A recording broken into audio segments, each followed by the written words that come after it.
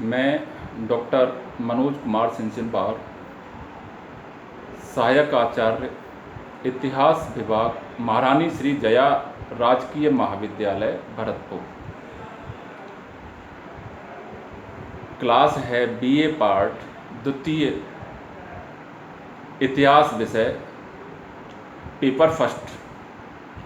आज हम इस सिलेबस में इल्तुतमिश क्या दिल्ली सल्तनत का वास्तविक संस्थापक था, इस विषय में बात करना चाहते हैं। जब इल्तुतमिश कुतुबुद्दीन ऐबक की मृत्यु के बाद सुल्तान के पद पर नियुक्त हुआ, उस समय दिल्ली सल्तनत विघटन के कगार पर पहुंच गई थी, जबकि एक एक करके अनेक प्रदेश जैसे बंगाल, बिहार और राजपूत राज्य दिल्ली सल्तनत के नियंत्रण से मुक्त हो गए थे।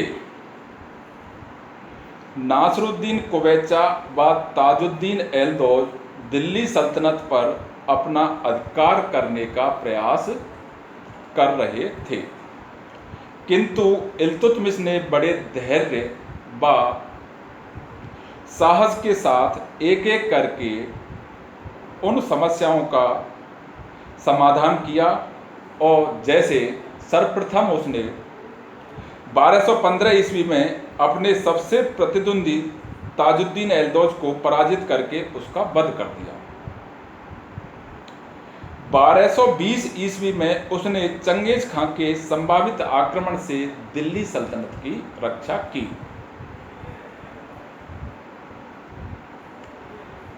1228 ईस्वी में उसने नासरुद्दीन कुवैचा को पराजित करके सिंध व मुल्तान दोनों प्रांतों पर अधिकार कर लिया।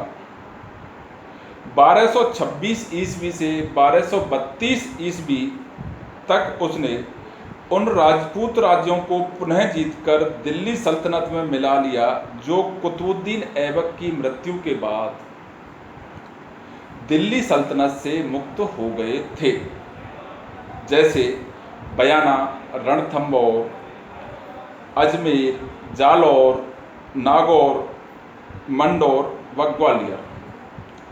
1230 ईस्वी में इल्तुतमिश ने बल्का खिलजी को पराजित करके बंगाल को पुनः दिल्ली सल्तनत में मिला लिया। यही नहीं, बल्कि दिल्ली सल्तनत के लिए उसने एक सुव्यवस्थित शासन प्रणाली का भी गठन किया।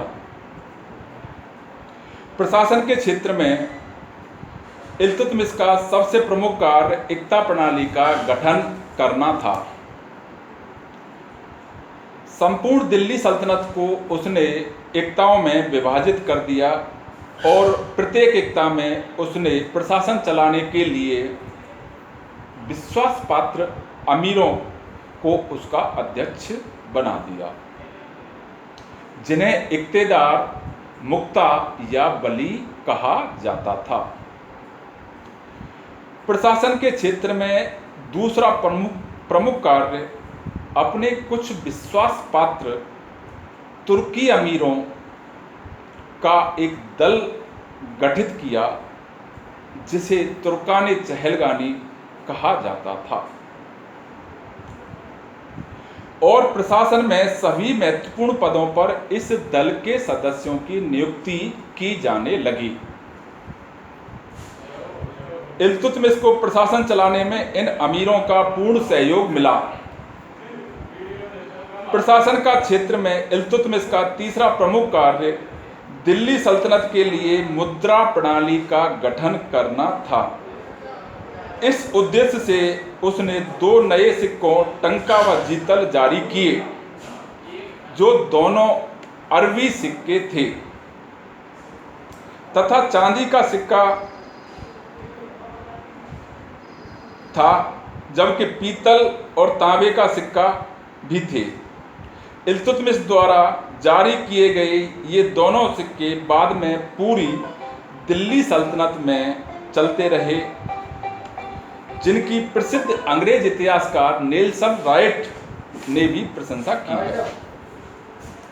इल्तुतमिश का प्रशासन में चौथा कार्य 1229 ईस्वी में खलीफा से मान्यता प्राप्त करना था, जो उसने पद के लिए प्राप्त की, जिससे इल्तुतमिश की स्थिति एक वैधानिक हो गई। इल्तुतमिश का प्रशासन के क्षेत्र में अंतिम कार्य अपनी पुत्री रजिया को अपना उत्तराधिकारी नियुक्त कर देना था, जिससे उसकी मृत्यु के बाद उत्तराधिकार को लेकर उसके पुत्रों में उत्तराधिकार संघर्ष न हो। इस प्रकार